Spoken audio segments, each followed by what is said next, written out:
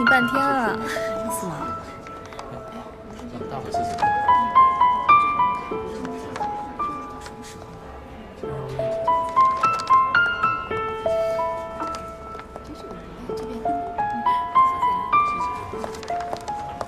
哎，小姐，您刚才说什么？我怀疑你们今天的拍品是有问题的。那这个跟我没有关系，请问您有请柬吗？不好意思啊，我没有请柬。我刚刚捡到的这个宣传单就发现了问题。那您都没有请柬，您为什么这么说呢？请问你是拍卖行的员工吗？是啊，怎么了？如果你们的拍品有假，欺诈了消费者，也跟你们有关系吗？什么？拍品有假？怎么回事？没有没有，您听错了，你听错了，不好意思啊。姑娘，你连我们的会场都进不去，是怎么判断出我们的拍品有假呢？非常简单，因为这个。怎么说？巴黎之泉玫瑰香槟是世界上的顶级香槟，采用的是德斯布朗德葡萄园生产的葡萄，一直坚持最优的品质。如果当年的葡萄品质下降的话，就会推迟到下一年再生产。据我所知，1994年葡萄园易主，葡萄品质下降，所以根本就没有生产过这款香槟。既然没有生产的话，那又怎么可能会被拍卖呢？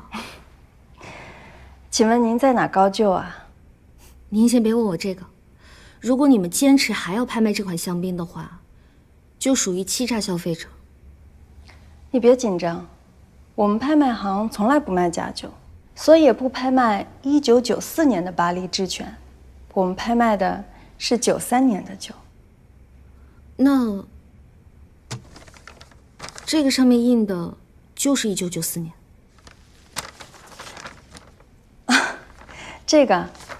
这是我们宣传部门的小伙伴粗心大意印错了，几个小时之前旧的已经撤下了，被你捡到的这一张不过是漏网之鱼。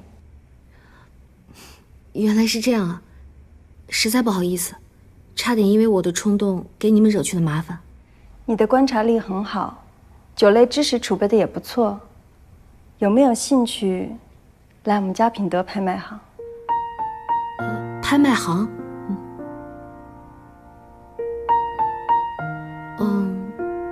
不瞒您说，我一直想找从事女性相关的行业。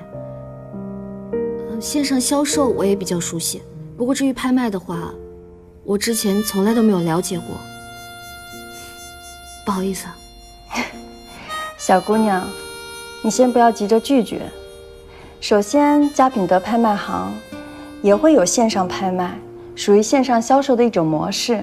其次，你既然懂酒，应该知道最受女性欢迎的香槟品牌吧？就好像今天拍卖的巴黎之泉。难怪，刚刚门口排队的都是女性。我们虽然是拍卖行，但是拍品主要是针对女性市场。你现在有没有兴趣要加入我们呢？哦，还没有自我介绍，我是佳品德拍卖行鉴定部总监林雅丽。你好，我叫刘文静。这么早就过来准备了，真是辛苦你了。不辛苦，应该的。对了，叶总，前2天我碰到一个小仙女，眼光很毒，一上来就把海报上的错误给指出来了，气质也好，敢说话，整体感觉都不错。正好她刚毕业，还在找工作，我觉得可以为咱们公司的初期鉴定储备资源。是这样，林经理，您呢是这方面的行家，一切您说了算。不过以我的建议呢，既然是刚刚毕业的新手，还是应该在您手下多实习实习才行。那是的。咱们那边看看。哎，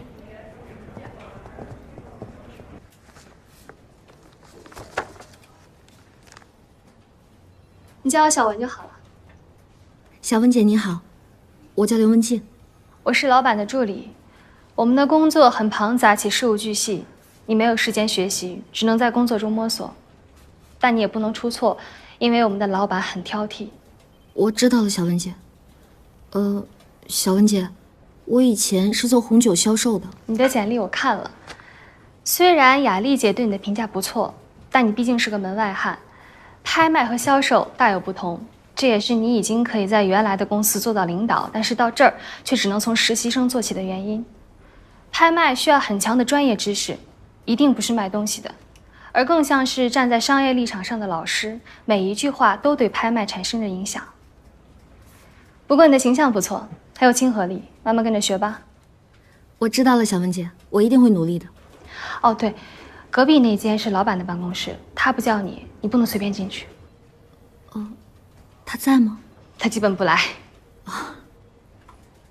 雷电科技抛出一份10送12的中报分红预案，在利好刺激下，这几天股价反弹已经突破100元。你果然是有眼光啊！我请你来，是我做出的最正确的决定。我只是运用了逆推思维，当市场的观点达到高度一致的时候，拐点必将来临。吉利并购德仪高层大换血，原总裁与副总裁双双发布辞职信。是徐威吗？是的。勇气带着你我前行到下一个黎明，就算再险的路不怕输，梦想在心中翻滚，推开那一道门，逃离舒适区又能怎样？天空中将要破晓，有谁能阻挡？大就会的招呼，同伴们。徐总这位千金可不得了啊，是德仪在被收购前的2把手。啊？是吗？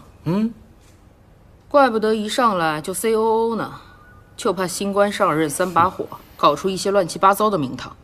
我还听说呀，他是主抓和圣谷合作超级乐园的事儿。何必多此一举呢？直接去圣谷当少奶奶不就得了啊？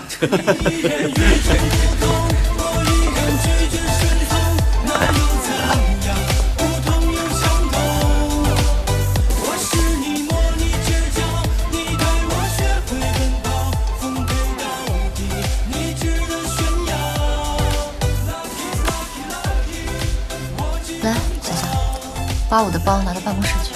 是。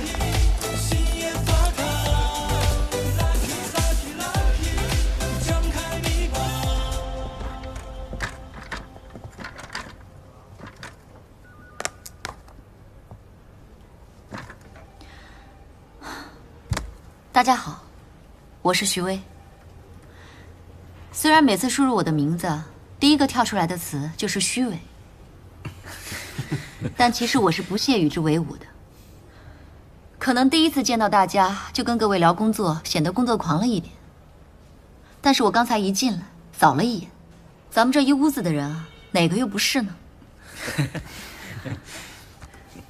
既然咱们都是一丘之貉，那我就开门见山的说了，未来的1年里，我的目标是建立更好的企业文化形象，来面对资本市场，降低成本，降低负债率，企业才会有更好的发展。这就意味着我们不可能像之前那样几千亩、上万亩的拿地。我宣布取消我们在3线城市10个文化地产项目。